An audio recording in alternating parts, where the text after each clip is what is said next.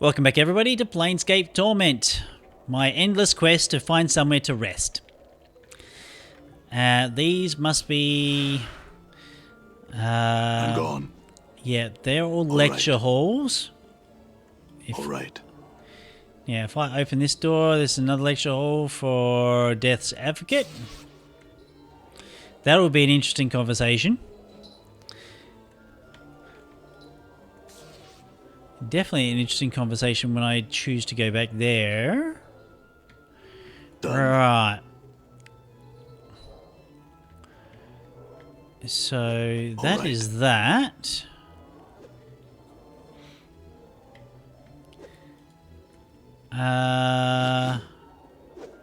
Warrior in training. Oh, this is a good. This might be a nice place actually. Warrior in training. Is there anybody named here? No. Done. Interesting.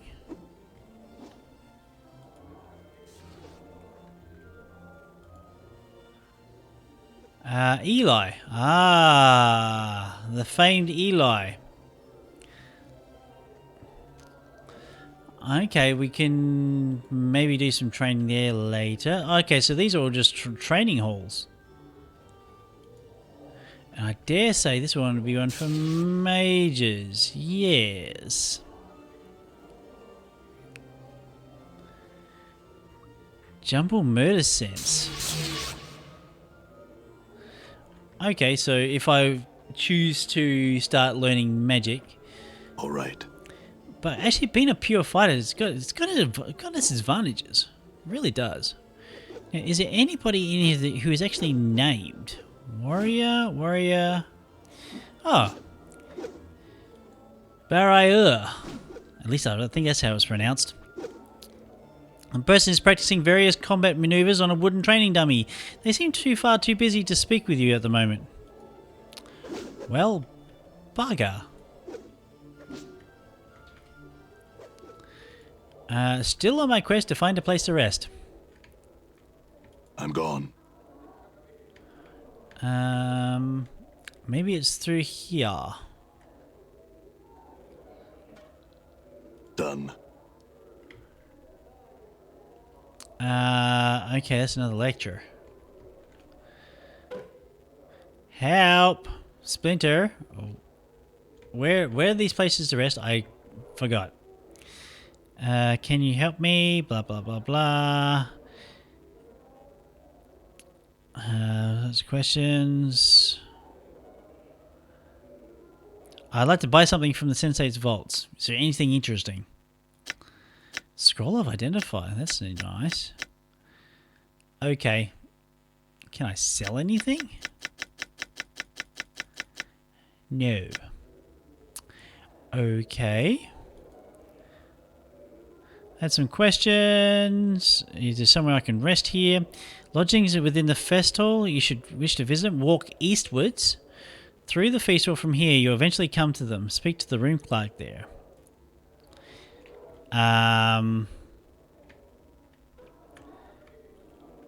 Maybe up through here?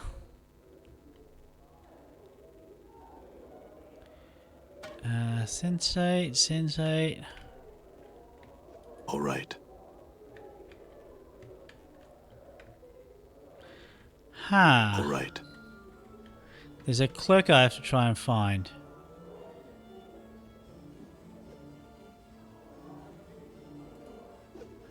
Merryman? This man looks like a bitter, cantankerous old codger. His mouth is twisted in a frown that becomes even more severe as he knows you coming this way. Merry man my name may be, but merry I am not. Off with you, young one. No time for the likes of you. He goes to a fit of coughing from exertion of shooing you away so loudly. Fine, farewell. Done. Aha! That must be the door that I was looking for the places of rest.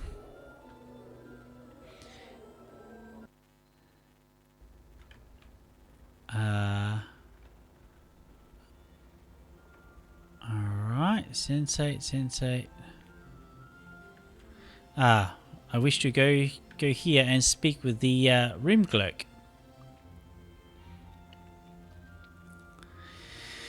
The attractive young woman smiles pleasantly. "Greetings, sir." She closes her eyes and flips through a large ledger, stopping at what seems to be a random page and opening her eyes once more.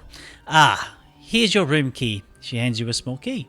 "The eastmost chamber's been waiting quite some time for your return. Would you like to rest now, sir?" What do you mean by waiting for my return? The clerk gives you a strange look. "My ledger indicates this is your key, sir, and has been for a good long time. If that is not so, then perhaps I'm merely mistaken. Would you like to rest now, sir?" "Yes, that would be nice."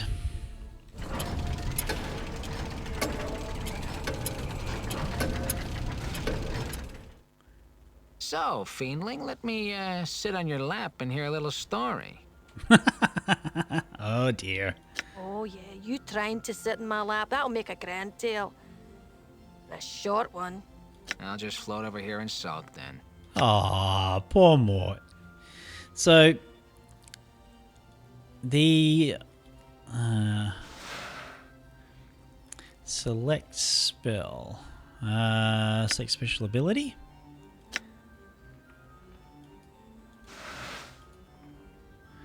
Now, does this work? Actually, that works really, really well.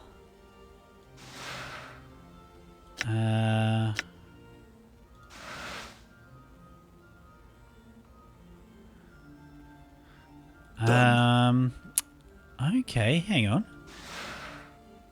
Does that only work once? Yeah, okay. Looks like I have to actually rest now. Although it does seem to work a fair bit. I'm gone. Locked. Okay, that's locked. Let's go into settle characters. Apparently this has been my room for quite some time, so might there be something interesting here?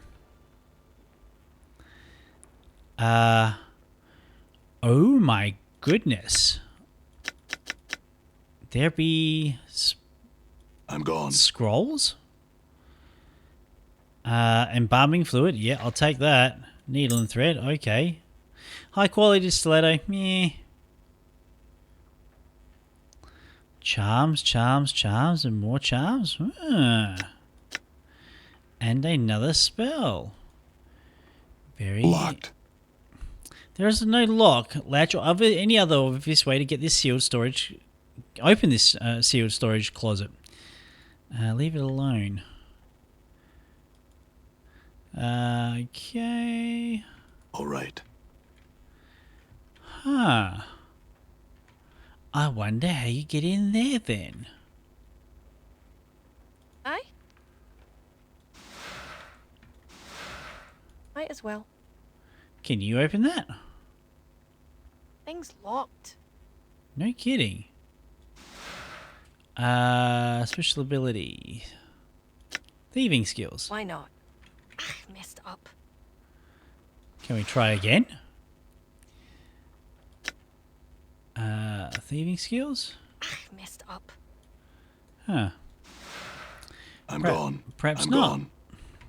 Okay. Well, we managed to do something here. And that was find a place to rest for free. Right, quests. Where am I going? We still got to find the Night Hag Ravel Puzzwell. So the next stage of the journey might be journey to the Civic Festhall. We're here, and someone may be able to tell me more about the Hag Ravel Puzzwell. Okay, well, it looks like I'm just going around and talking to people. People of importance. So, I dare say going to those... Alright. All right. I suppose we attend lectures. Death's Advocate. Why not? Let's go talk. Sigillians, welcome. Please take your seats and listen to the darks of which I speak. Darks, give me a break. We're not really going to listen to this rattle trap, are we? Come on, let's find some sensate chits that have never had the pleasures or sensation of tasting the fiery passions of a skull's lips. He waggles his eyebrows in anticipation. Quiet down, Mort, we're staying. For a while, at least. He begins speaking with a somber tone. Death. It is what awaits you at the end of life's journey. He coughs slightly, then raises an eyebrow dramatically, waving his hands at some time. Death is not an end, but a beginning. Mort whispers, a beginning of more suffering. Nod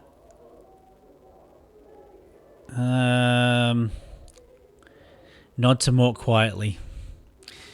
For when you die, you shall not cease to exist. No, far from it. The outer planes shall welcome you to the outer planes shall welcome you to their breasts. There, a new life, such as one you have never known, awaits you. Mort whispers, that's for sure. You shall cast away the tattered cloak of this life and become one of the faithful, a petitioner. As a petitioner on this outer plane, your life's journey shall truly begin. Keep listening. If you have been a goodly sort of gentleman, steadfast in charity and goodwill towards your fellow bloods, perhaps the light-hearted blanketed slopes of Mount Celestia shall house you when you die. Your spirit shall pass onto this plane, dwelling as a petitioner in the beauty of the golden mornings, soft sunlight that caresses. He sighs dreamily. Mort whispers, and eternal boredom. Perhaps you lived your life to betray others and get ahead, giving lies instead of truths, backstabbing others to accomplish all your own goals. Cold, blood-red, Sarsi, the plane where all turn cokes. Kasi? Sarsi? I'm not sure. Where all turncoats fall when they pass on shall be the cage that imprisons you. As a petitioner on this plane, you shall live a life of treachery and treacheries, of lies and lying, knowing that a life without trust. Mort whispers, looks like we know where we're both going to end up when we die. Nod to Mort quietly. He hunches over, his eyes dart back and forth. And perhaps you have all lived a life of bloodthirsty evil, contemptuous of your fellow man, laying others low, doing as you please without a care for who or what you've hurt. Keep listening. It is then perhaps one of the lower planes, Baitor, or the chaotic swirling of the layers of the abyss, that shall welcome you. Evil to the core are the spirits that come to this plane, and most are doomed to mindless cruelty and suffering or servitude in the dreaded, he whispers dramatic, blood war. Mort whispers, that's if you're lucky. No matter where you go, know this, you shall be embarking on a new life, my Singalians. Mort whispers, and that's where we're supposed to be an incentive? We get to do this all again? Gee, I can't wait to be a floating scroll over again. Well, we pike him. What a tard. Spoken like someone who hasn't died before, huh? Nod to Mort quietly. You shall be able to start anew without the burden of memory of your past life. Your sole goal, if you will, he smiles at his own humour, is to merge with this new plane that you are on, becoming one with the ideals and the very substance of the plane itself. Keep listening. You shall be one of the inhabitants, the petitioners on this plane, or ideally one of the building blocks of which the plane is built. This is the goal of all petitioners. To accompany this goal, you, he claps his hands together for emphasis, must clap, hold, clap, to clap, your clap ideals. Mort whispers, oh, this one, big steaming load. Your ideals, good or evil, law or chaos, or somewhere in between. As you approach the alignment of the plane, your journey will end as you become of the plane itself. 'Tis a glory existence, my Sigillians. That is what awaits you after death, my audience. Have a care as to how you live your life, but know that is not oblivion that waits you after this life.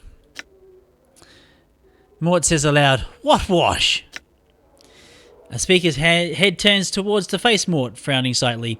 He leans out, trying to see who spoke. A question? A question from one of the living, perhaps? Mort ducks below the lecturer's field of view, then looks to you and whispers, "Go ahead, Chief. Tell him the dark of it." "Yes, I have a question." He indicates for you to continue. "Can a petitioner die?" He looks slightly uncomfortable at this. "Well, yes." "How?" He looks a little bit more uncomfortable. "Well, through the normal means, really." "Great, another death. Sign me up."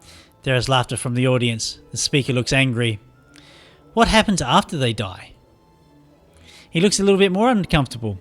"Well, you merge with the plane." "And what if the petitioner dies on a plane other than their home plane?" He looks very uncomfortable. Well, then that is the end of life there.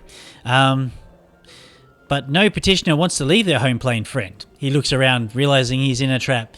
To do so would be oblivion should they die, really. I have another question. He indicates for you to continue. What if someone can't die? He laughs. "Nonsense. Everybody dies, friend. Even gods die." "But suppose someone can't die." "Well then, based on what I've said, we would never reach the outer planes and never become a petitioner." "I can't die." "Oh, truly. Look, everyone, a rare treat. One of the great immortals that is greatest with his presence. Greetings, O immortal." The audience laughs. "I can prove it." "Oh, do. There's laughter from the audience. "What sport? Take heed, my audience. I think we shall have a rare display on my lecture today. Come up here, O immortal, and we see who is right and who is dead." "Kill yourself and get back up." The speaker turns white at this, taking a step back. "By the powers. I think it's only fair that you prove your point now." The audience watches in morbid fascination. "Well now. Go on, die. Here, now, prove your words to be true. Embrace your life as a petitioner." He gulps. "Now, he offers weakly. I must confess I'm not quite ready to depart this life yet."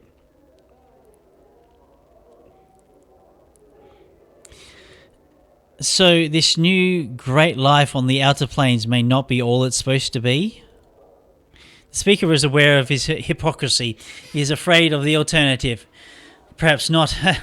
He glances quickly at the audience. "Well, certainly not now."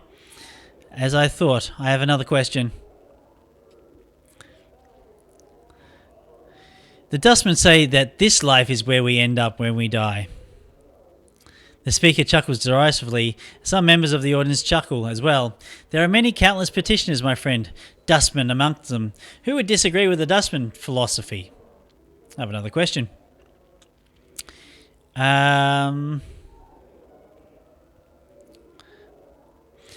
"Tell me about the Blood War. Have you not heard of this, O clueless one? The war between the Bezu and the Tanari? I do not have the centuries it would take to describe this conflict. Seek out another that is not of... excuse me. For that is not what this lecture is about." Well, I have some other questions.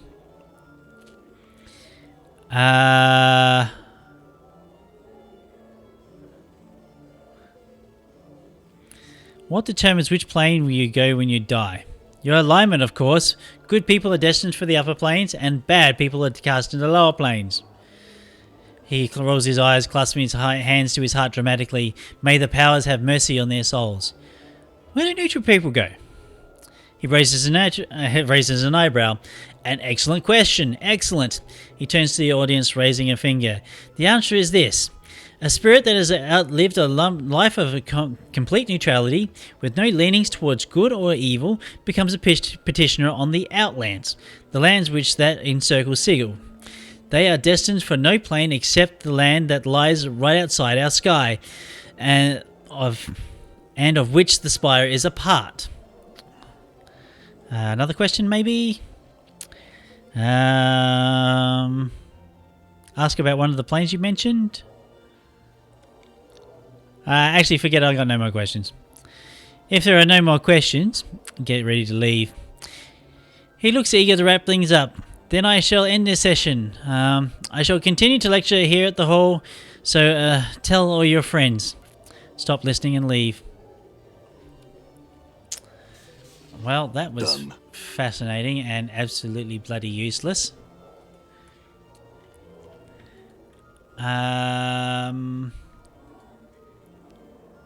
3 planes aligned. Thin and sharp featured, his yellow skin covered in tattoos, this man looks over the room and its inhabitants with cold black eyes. He appears to be giving a lecture. Stay for the lecture. I am known as 3 planes aligned, a guess that I saw scholar. If you are here for my lecture, it begins in a few moments. Mort sighs loudly. Come on, Chief, are we really going to stay for this? Just be quiet for a bit, Mort. I wish to listen for now. He speaks in a very low, somber tone. Today I shall speak of the power of alignment and belief and how they shape the planes. Firstly, I shall explain the concept of alignment. Alignment is a descriptor of one's belief and how one acts upon those beliefs. At their core, all creatures predominantly behave in one of 3 ways, with good in their heart, with evil in their heart, or indifference, or neutrality in their heart. They predominantly express each of these core behaviors in one of 3 different ways, in an ordered manner, in a chaotic manner, or in a different neutral manner. Thus, there are the 9 core alignments that one is capable of. Keep listening. The 9 alignments then are lawful good, neutral good, chaotic good, lawful neutral, true neutral, chaotic neutral, and lawful evil, neutral evil, and chaotic evil. I shall now speak of the power of alignment and beliefs it engenders, of how from them the very deities gain strength, and how belief can physically affect one's environments. A deity must have worshippers, for it is the faith of such subjects which gives them power. As converts are made and more comes to believe in a god, the more power that god receives. Conversely, when no one believes in a deity, it withers and dies, joining the corpses of other gods that float on in the astral plane, thus possibly to slay another deity by simply forgetting about them. Keep listening. A much more striking example of the power of alignment and belief can be seen within the sliding of gate towns. First, I would define gate towns. Gate towns are towns of the Outlands, a largely neutral area which Sigil spins over the centre of. They are called gate towns because they are built on a permanent gate or portal to one of the outer planes. Keep listening. Each of these outer planes has its own alignment. The Abyss is chaotic and evil. Beator is lawful and evil. Mechanicus is lawful neutral. Mount Celestia is lawful and good. The Outlands again are true neutral, leaning neither law or chaos. Sliding occurs when there is a high concentration of belief in that area of a differing belief. When this occurs, this area itself will move, or slide, to a plane that matches the new belief. Now the gate towns usually have a strong belief that matches the outer plane beyond the portal, but the belief is not yet strong enough for the town to slide from the Outlands into the outer plane. For example, the town of Ribcage borders the portal between lawful evil plane of Beator. As expected, the residents of Ribcage are lawful evil residents, but the entire town's alignment and beliefs are not strong enough so that Ribcage will slide into Beator. For example, Ribcage may one day see the sudden rise of lawful evil order clerics, promoting their dark beliefs and converting many citizens to the worship of their lawful evil god.